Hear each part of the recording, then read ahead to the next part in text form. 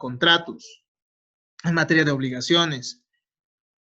Sin embargo, es necesario que ustedes ya conozcan que existen estas modalidades a las que puede estar sometido el derecho de propiedad. Pero existen modalidades también específicas en las cuales se desenvuelve cómo se manifiesta el derecho de propiedad. Y una de ellas es la copropiedad. ¿Qué es la copropiedad? Vamos analizando. También es denominada condominio y es una especie de la comunidad. En derecho se habla de comunidad,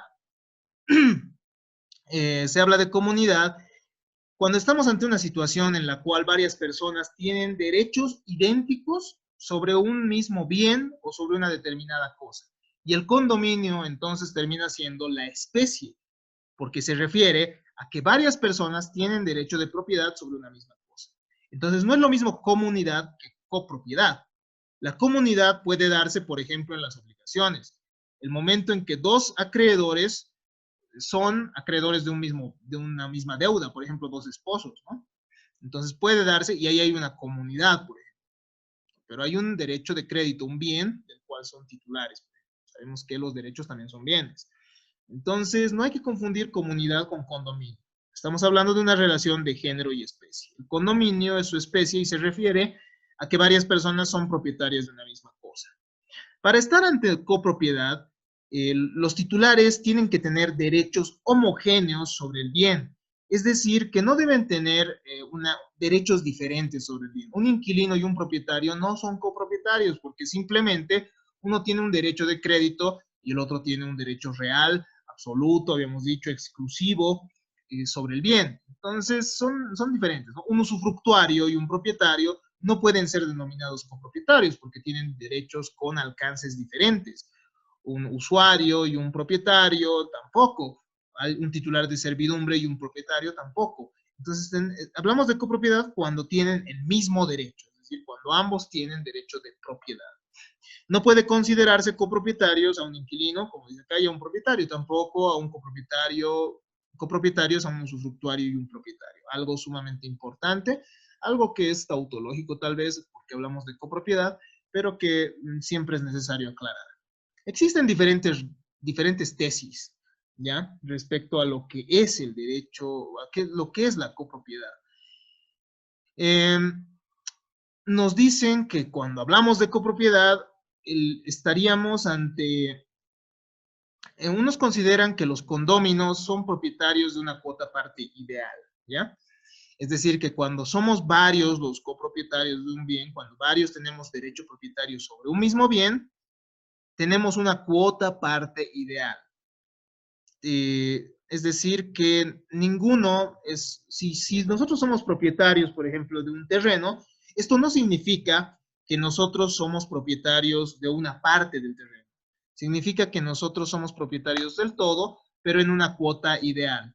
Eso vamos a ver en un momento porque todavía se mantiene en cierta manera esta teoría, que es importante.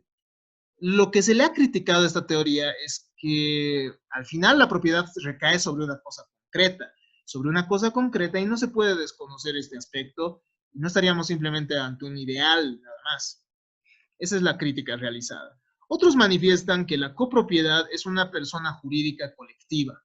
Ustedes han visto que las personas colectivas tienen dos elementos, un sustrato real y un sustrato personal. Es decir, que estamos ante un conjunto de personas que también tienen determinado patrimonio, determinados bienes. Eso es una persona colectiva, pero no es lo mismo, si se dan cuenta. Se critica esto porque los condóminos son titulares de un derecho y este no se puede desconocer. En cambio, cuando hablamos de una persona colectiva, nosotros no estamos hablando de personas que tengan derechos sobre los bienes, estamos hablando de los bienes y de las personas que forman un instituto ficticio, ¿no? Como le llamaban los franceses, un instituto jurídico que emana de la ley. Entonces estamos ante situaciones diferentes. En la persona jurídica estamos ante bienes y personas que forman una persona jurídica en conjunto, pero en el condominio nosotros estamos ante la situación de titulares de determinados bienes. Nótese entonces esta diferencia y no puede ser considerada la copropiedad como una persona jurídica. Por último, algunos han manifestado que es diferente la propiedad individual y ya que implica exclusividad. A ver, un rato. Es diferente a la propiedad individual, ya que la propiedad individual implica exclusividad, ¿no? Pero el condominio implica que estamos ante diferentes personas con derechos idénticos sobre un determinado bien, entonces ya no es exclusiva. Pero a esto se le critica también, ¿no? Porque exclusivo no significa excluyente y al final los copropietarios sí tienen derecho exclusivo a diferencia de terceras personas. Al final, no podemos desconocer que existe copropiedad cuando la propiedad corresponde en común a varias personas. Entonces vamos a estar ante, ¿qué es la copropiedad? Si pudiéramos definirlas en nuestras palabras, es una modalidad del derecho de propiedad por la cual varias personas resultan siendo titulares y resultan teniendo derecho propietario sobre un mismo bien o sobre varios bienes, pero ambos en la misma, es decir, todas estas personas van a tener derecho sobre el mismo bien, ¿no? El hecho que, entonces no estamos hablando ante una propiedad exclusiva necesariamente, o sea, que sea exclusiva, mejor dicho, que sea exclusiva la propiedad no significa que sea excluyente, entonces se sigue manteniendo esta primera tesis interesante de las cuotas partes y vamos a ver de qué manera el derecho de copropiedad termina implicando, ¿no? Afectándole esto de las cuotas partes. Este concepto de las cuotas partes, también denominadas alícuotas, algunos también le llaman acciones y derechos, es sumamente importante. Es lo que determina y lo que le da una matiz diferencial a nuestro objeto de estudio actual, que es la copropiedad. Entonces, la copropiedad, reitero, es una modalidad del derecho de propiedad por el cual dos o más personas tienen derecho de propiedad sobre un determinado bien o varios bienes. Teniendo sobre los mismos alícuotas partes o cuotas partes o también denominadas acciones y derechos en diferentes proporciones y en caso de no establecerse cuáles son las proporciones, la ley supone que las partes son iguales. Hasta ahí espero que estemos todo claro. Entonces, de esta definición, es decir, de esta definición contenida en el artículo 158, que nos dice, existe copropiedad cuando la propiedad corresponde en común a varias personas, se puede evidenciar que hay dos elementos. Un elemento subjetivo y un elemento objetivo. El elemento objetivo está constituido por dos o más personas y pueden ser naturales o colectivas. Es decir, yo puedo compartir la propiedad con una persona colectiva. Una asociación o una fundación puede ser copropietaria de un determinado bien con una persona natural de manera totalmente reconocida por el ordenamiento jurídico. Entonces, tienen que existir dos o más personas, naturales o colectivas. Entre estas se distribuye el contenido del derecho de copropiedad. El contenido del derecho de copropiedad. Ojo, lo que se distribuye es el contenido del derecho. No es lo que se distribuye el bien mismo. Es decir, si somos copropietarios, no nos vamos a dividir, qué sé yo, supongamos que Ivette y yo somos propietarios de una casa, de un mismo bien, de un mismo terreno. Al ser copropietarios de un mismo terreno, no significa que tengamos que dividirnos, y bueno, y casualmente el terreno tiene 100 metros cuadrados de extensión. Que nosotros seamos propietarios en 60% y 40% no significa que a ella le corresponden ahorita 60 metros y que puede cerrar el terreno y que a mí 40 metros y por tanto también pueda cerrar mi parte. No. Ahora vamos a ver cuáles son las consecuencias cuando revisemos esto de las cuotas partes indivisas. Tenemos además un elemento objetivo. El derecho de cada comunero recae sobre cada elemento integrador del bien. Es decir, yo soy propietario de todo el bien en el porcentaje que me corresponda. Si yo soy dueño del 40%, yo soy dueño de todo el bien, pero en el 40%. Es decir, yo soy dueño de las construcciones que hay en el bien en el 40%, yo soy dueño de los frutos en el 40%, yo soy dueño de los, y bueno, por tanto yo también tengo que realizar los gastos en el 40%. Entonces tiene que existir unidad de objeto. Eso es algo importante. Entonces, entre los elementos de la copropiedad tiene que existir pluralidad de sujetos, es el primer elemento, el elemento subjetivo, y unidad de objeto, un mismo objeto sobre el cual recae el derecho. Reitero, jamás crean que por ser propietario de un porcentaje, uno es propietario de una determinada parte del bien. Todos son propietarios de todo en el porcentaje que les corresponde. ¿A qué nos referimos? Nos referimos a lo siguiente. Es por esto que nosotros vamos a desarrollar esto de las cuotas partes indivisas, también llamadas alícuotas, también denominadas acciones y derechos, ¿no? ¿Qué significa? Todos somos propietarios de todo, pero en nuestro porcentaje. Entonces, ¿qué implica esto? Que las cuotas partes de los copropietarios les sirven para establecer las obligaciones y los derechos que tengan. En primer lugar, recaen, nos dice, sobre el poder jurídico de los copropietarios y pueden ser dispuestas por su titular, como establece el artículo 161 del Código Civil. A ver, estas cuotas partes, entonces, implican un derecho de propiedad sobre las mismas, por tanto, uno puede transferirlas en cualquier momento, según lo prevé el artículo 161. Obviamente existe una excepción cuando es por herencia. Cuando alguien adquiere un bien por herencia y es copropietario con los hermanos o con los, qué sé yo, con los coherederos, lo que corresponde es que previamente esta persona ofrezca al resto su cuota parte y en caso de estos no aceptar la adquisición del bien, este recién puede venderlo a otras personas. En primer lugar, entonces, las cuotas partes implican ese poder de disposición sobre las mismas.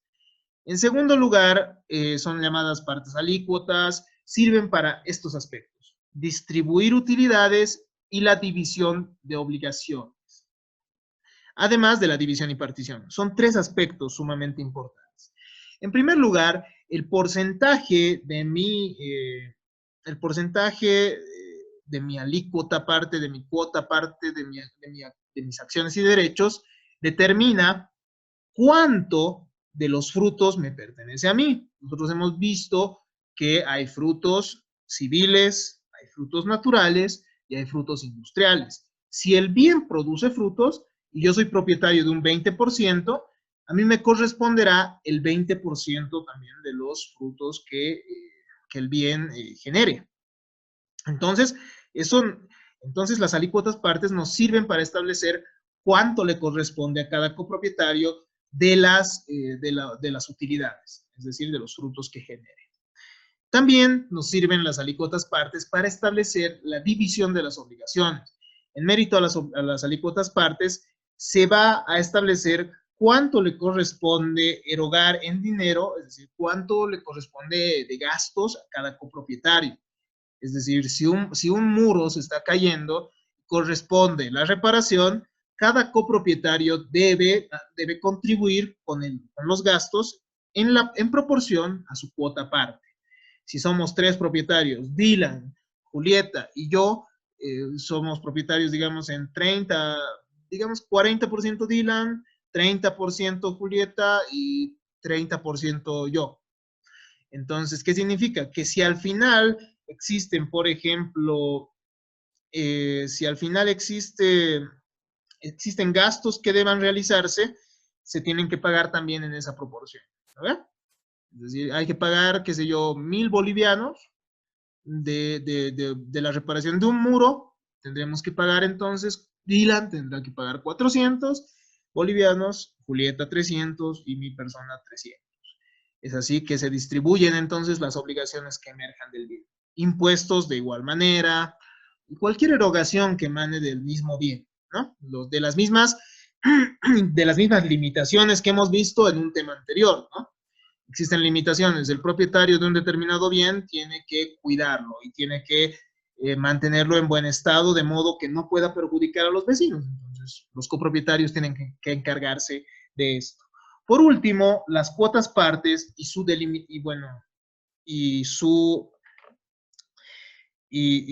cantidad, digamos, y su cuantificación, es decir, el porcentaje que le pertenezca a cada uno de los copropietarios, es útil también y nos sirve para la posterior división y partición del bien. Este es un método técnico, jurídico, por el cual se procede a la división del mismo, ¿no? Por el cual se procede a la fragmentación del bien, en caso de ser posible. Entonces, se va a proceder a la división y partición, y el momento en que se procede a la división y partición, recién estas cuotas partes pueden traducirse en medidas, por ejemplo, ¿no? El momento en que el bien está en lo proindiviso, es decir, que todavía no ha sido dividido, las cuotas partes no nos sirven para establecer cuánto le corresponde a cada uno, es decir, cuánto de extensión le corresponde a cada uno, sino simplemente para establecer cuánto debe erogar gastos y cuánto le corresponde de beneficios de los frutos. Únicamente el momento de la división y partición nos va a servir para delimitar las extensiones, es decir, el momento en que se establezca, se realiza este método técnico jurídico, ¿no? Para dividir el bien. Características son ideales, las mismas son ideales, si se dan cuenta, entonces prevalece esta teoría que hemos visto hace un momento, que es la de, esta teoría esta teoría por la cual la copropiedad implicaría cuotas partes ideales, se mantiene, ¿no? Entonces, las cuotas partes son ideales. Y se presume iuris tantum, si es que no se establece en el título cuánto le corresponde a cada copropietario, se presume que son iguales según lo previsto por el artículo 159 de nuestro Código Civil. Ahora, ¿cómo se debe usar la cosa común? El artículo 160 de nuestro Código Civil desprende ciertas condiciones para el derecho de copropiedad, según nos establece Carlos Morales Guillén en el texto al cual ustedes ya tienen acceso. En primer lugar, implica que se debe emplear conforme al destino de la cosa. Es decir, los comuneros o los copropietarios, comuneros en el género, ¿no? Copropietarios en la especie, tienen que emplear el bien conforme a la finalidad de la cosa, conforme al destino del bien mismo. Si el bien tiene como finalidad la vivienda, entonces debe cumplir esa finalidad y no otra diferente. No debe perjudicar el interés de la comunidad. Es decir, que no deben perjudicarse entre comuneros, entre copropietarios. Tienen que permitir que cada uno de los copropietarios ejerza el derecho de propiedad, es decir, ejerza las facultades del derecho de propiedad, el uso, el goce y la disposición, en la medida de sus cuotas partes, sin perjudicarse entre ellos. Y es que al final este concepto de la comunidad siempre va a tener una matiz de trabajo en equipo, ¿no? Es sumamente importante considerar eso. Por último, no debe impedir a los copartícipes, no debe impedirse a los participantes de utilizar la cosa según su derecho, ¿no? No se tiene que perjudicarlos y además no se tiene que impedir. En segundo lugar, se tiene que abstenerse de cualquier acto que pueda perjudicar el ejercicio normal del derecho de propiedad de cada uno de los copropietarios. ¿Cómo clasificamos este derecho de la copropiedad? ¿Cómo se clasifica la copropiedad? La copropiedad puede ser originaria y derivativa. Esto les va a servir para realizar su investigación sobre los modos de adquirir la propiedad. Los modos de adquirir la propiedad pueden ser originarios o derivados. Originarios van a ser, por ejemplo, la usucapión, la ocupación, la accesión, y derivados van a ser la sucesión por causa de muerte y los efectos de los contratos. ¿Por qué? Cuando estamos ante un modo de adquirir originario, estamos ante un derecho que no depende de que anteriormente haya existido un titular. En la usucapión, por ejemplo, uno adquiere el derecho propietario por la prescripción extintiva en contra del propietario. El propietario pierde su derecho de propiedad, pero eso no es que le está transfiriendo a quien va a usucapir, sino que la persona que va a realizar la usucapión va a cumplir con ciertos requisitos establecidos por ley, más allá de que el propietario anterior le transfiera o no. Entonces, no le transfiere. ¿Por qué? Porque se extingue el derecho del propietario y se crea un nuevo derecho a favor del nuevo propietario. Entonces, en ese caso estamos ante un derecho original. O en la ocupación. La ocupación procede sobre cosas de nadie o cosas también cosas abandonadas. ¿Qué significa? Que no hay antes un titular que te lo transmite. Estamos entonces ante una copropiedad originaria en caso que dos personas hagan surgir la copropiedad sin que haya existido un titular anterior. Puede suceder que dos personas se asienten en un determinado terreno, empiecen la posesión y al final lo adquieran adquieran la copropiedad mediante la usucapión, por ejemplo. O que dos personas se encuentren en la calle, bueno, a ver, ¿cómo podríamos decir? Sí, se encuentran en la calle, se hagan propietarios de una cosa de nadie o de una cosa abandonada, y al final esto pueda implicar que las mismas se apropien del mismo bien, eso bajo las reglas que establece nuestro Código Civil, ¿no? Cuando uno encuentra un bien y no sabe de quién es, debe acudir ante cierta autoridad para que esta autoridad al final pueda beneficiar con el valor del bien a estas personas, eso ya lo verán cuando investiguen. La copropiedad también puede ser derivativa, es decir, que en los modos de adquirir derivativos de la propiedad, estamos ante una persona que transfiere un derecho, estamos ante un tradens que va a transferir su derecho a una o varias personas. En el caso de la copropiedad, estamos ante un tradens que va a transferir su derecho a varias personas. Y esto puede suceder por efecto de los contratos en caso que dos personas, por ejemplo, decidamos comprar un mismo bien. ¿Qué hacemos? ¿Qué sucede? Compramos una misma casa, en ese mismo instante nosotros somos copropietarios y propietarios en la medida de nuestras acciones y derechos o alícuotas partes. Somos además, se puede adquirir además la copropiedad también puede ser derivativa. La copropiedad además puede ser en el sentido que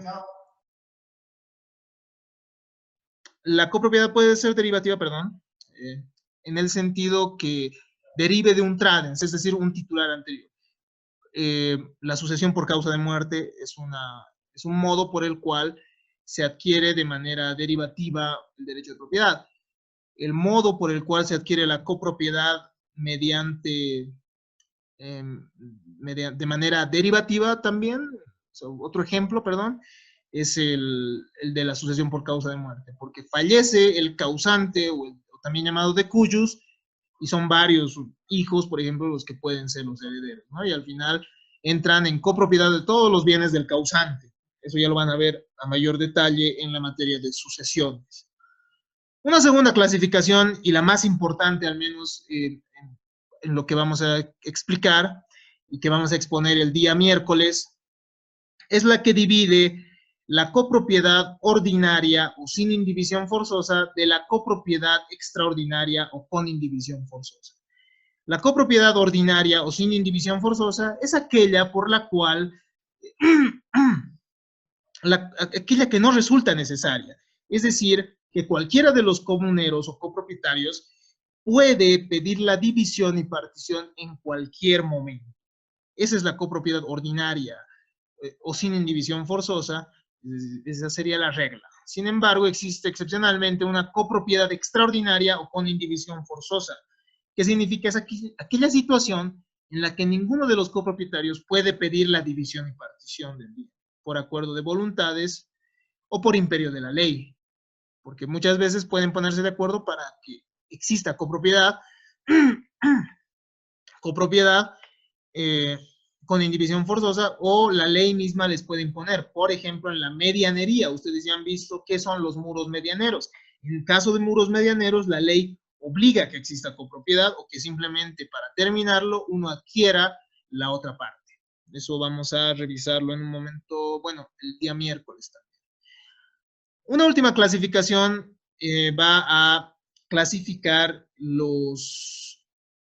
la copropiedad en copropiedad simple y copropiedad compleja. La copropiedad va a ser simple cuando existe titularidad sobre un mismo objeto por dos o más personas, que es lo que vamos a revisar ahora, ¿no? Vamos a revisar la copropiedad con indivisión forzosa y sin indivisión forzosa, que al final van a ser copropiedades simples. Pero la siguiente semana vamos a realizar una revisión de la copropiedad compleja. Es una situación en la cual la pluralidad de sujetos ejercen comunidad sobre una cosa, pero también tienen propiedad individual sobre ciertos elementos. Eso vamos a ver cuando revisemos la siguiente semana la propiedad horizontal. En la propiedad horizontal, entonces, existe copropiedad sobre ciertas partes comunes y a la vez existe propiedad individual sobre ciertas unidades funcionales o apartamentos, también se llama, o locales. Entonces, y esta copropiedad compleja la vamos a revisar, reitero, la siguiente semana, ¿no? Es un tema muy interesante, muy apasionante también esto de la copropiedad y la propiedad horizontal. Realizadas estas clasificaciones, corresponderá el análisis de la copropiedad ordinaria o sin indivisión forzosa y la copropiedad extraordinaria o con indivisión forzosa, que se realizará en su momento el día miércoles. Muchas gracias y nos vemos en la grabación del miércoles. A ver, ¿cómo es esto? Nos vemos en la